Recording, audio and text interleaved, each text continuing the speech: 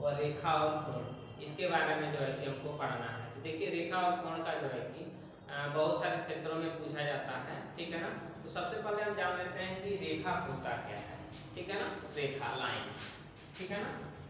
तो रेखा क्या होती है, ठीक है।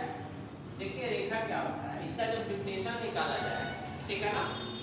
तो सतत बिंदुओं का ऐसा बिंदुपथ या सतत बिंदुओं के बिंदुपथ को हम रेखा कहते हैं, ठीक है ना।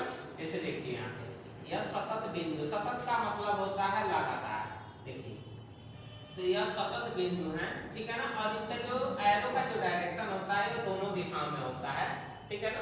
इसको हम रेखा के नाम से जानते हैं, ठीक है ना। अब रेखा के भी इसमें भी कई प्रकार होते हैं जो आपको बताए जाएंगे, ठीक है। अब जैसे मान लीजिए कि हम रेखा के बाद जो है कि रेखा खंड के बारे में जान लेते हैं। रेखा खंड, रेखा खंड, ठीक ना, ब्रेक लाइन। तो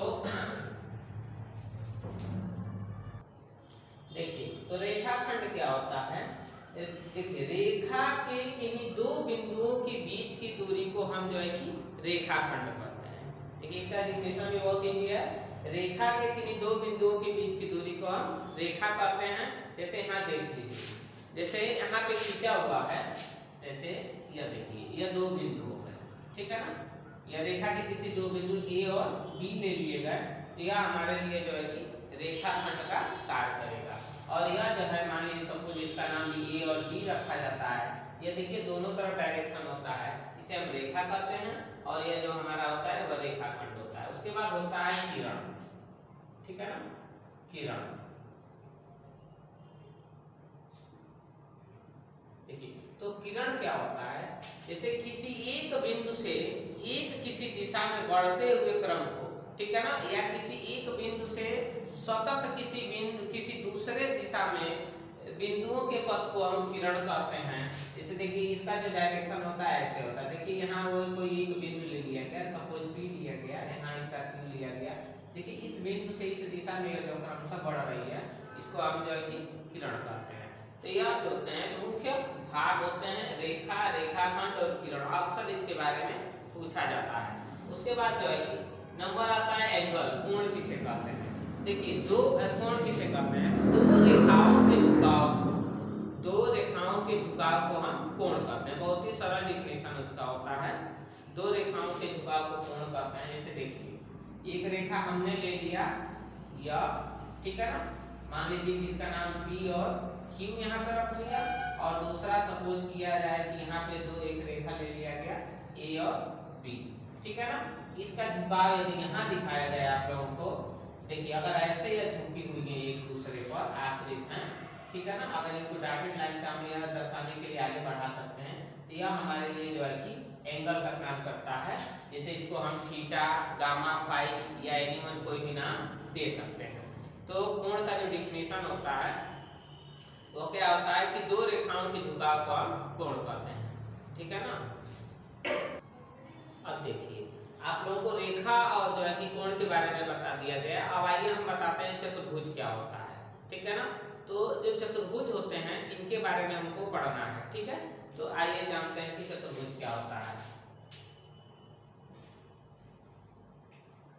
देखिए चतुर्भुज, रेक्टेंगल, ठीक है ना। तो चतुर्भुज जो होते हैं मुख्यतः इनके 5 प्रकार होते हैं, ठीक है ना। देखिए चतुर्भुज के जो प्रकार होते हैं यह 5 प्रकार के होते हैं। यहाँ पे देखिए पहला जो होता है आयत होता है, दूसरा जो होता है वर्ग होता है, तीसरा जो होता है समांतर चतुर्भुज होता है, और चौथा जो होता है समचतुर्भुज होता है,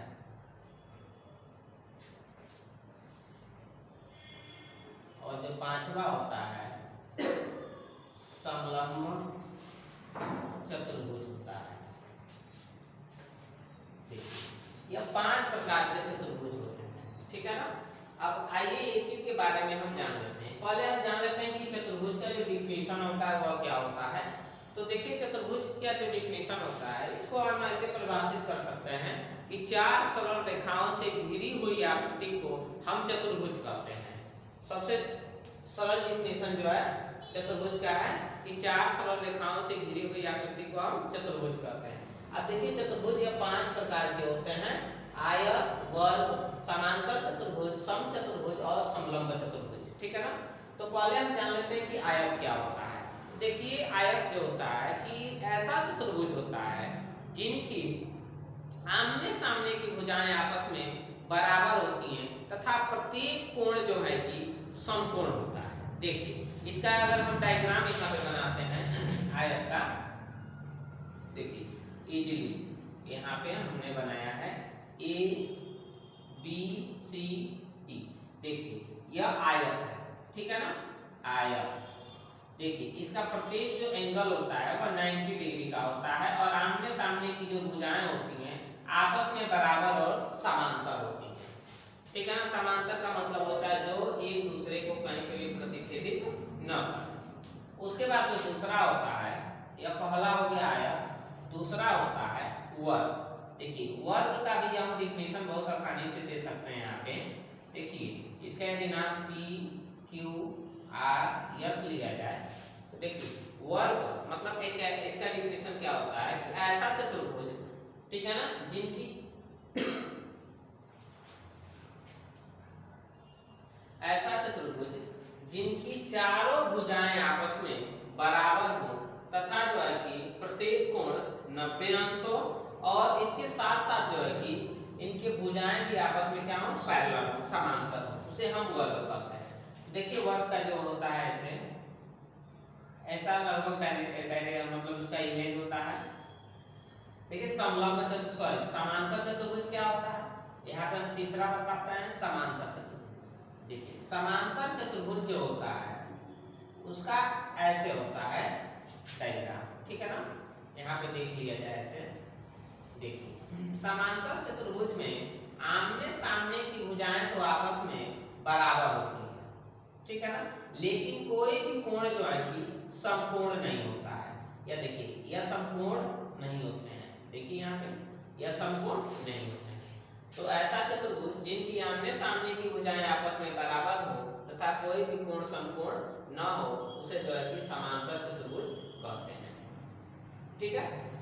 अगला जो टॉपिक होता है समचतुर्भुज का होता है। देखिए यहाँ पे समचतुर्भुज हम बनाते हैं, समचतुर्भुज। देखिए समचतुर्भुज भी वर्ग की तरह से होता है, लेकिन इसमें एक विशेष क्वालिटी यह होती है कि इसका कोई भी कोण समकोण नहीं होता है, लेकिन इनकी चारों भुजाएं आपस में बराबर होती हैं। इसको जो है कि हम समचतुर्भुज के नाम से जानते हैं। ठीक है ना।